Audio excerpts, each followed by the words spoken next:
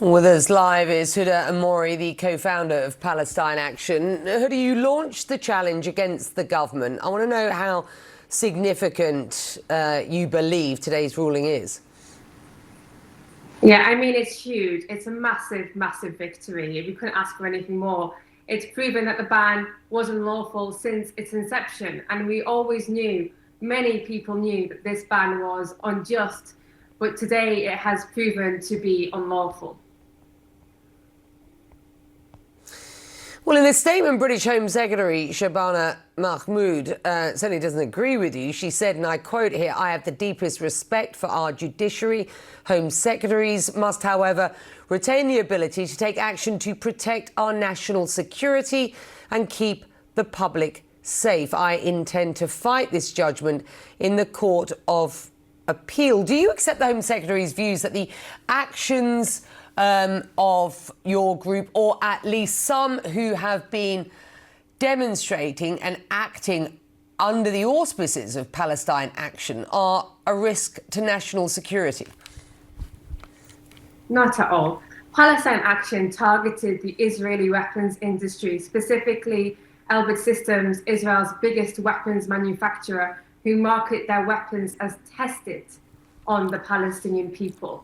Our actions targeted those operations and shut them down to save lives in Palestine, to prevent war crimes, crimes which were being permitted by the government despite them being fully aware of the war crimes being committed and continuing to be committed against the Palestinian people. Yeah, you've said that, and I quote here, banning Palestine Action was always about appeasing pro-Israel lobby groups and weapons manufacturers and nothing to do with terrorism. Your supporters have deliberately targeted arms company Elbit Systems. How can you explain how you argue that direct action against Elbit is justified and how you distinguish that, for example, from criminal damage? Yes, so criminal damage implies that the damage in itself is criminal, whereas when we damage the weapons factories, Israeli weapons factories, we are doing it to prevent crimes, which makes it lawful.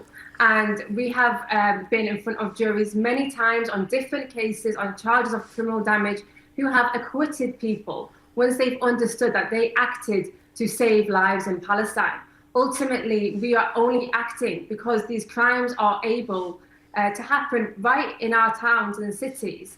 And we see it as our duty to intervene and to shut down these weapons factories. And, you know, it's basic human instinct. If people saw a building on fire with children inside, you would smash that door to save them. You wouldn't care about the value of the door. It wouldn't be criminal damage. And it's exactly the same principle that we apply when taking direct action against the Israeli weapons trade. Nearly 3,000 people have been arrested for supporting Palestine Action. We still don't know what the ruling means for their cases. What do you understand to be the next steps?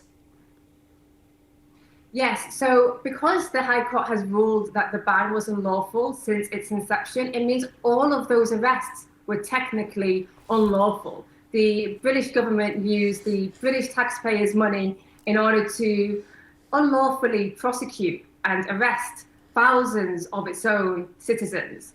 The next step, as you know, the now Home Secretary wants to appeal, which is only going to create more chaos in the courts.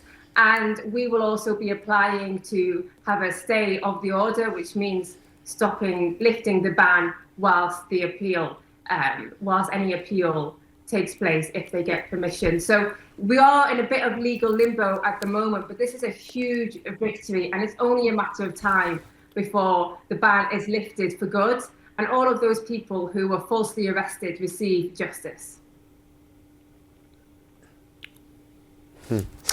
Right, it's good to have you. Thank you very much indeed. Ahead on Connect.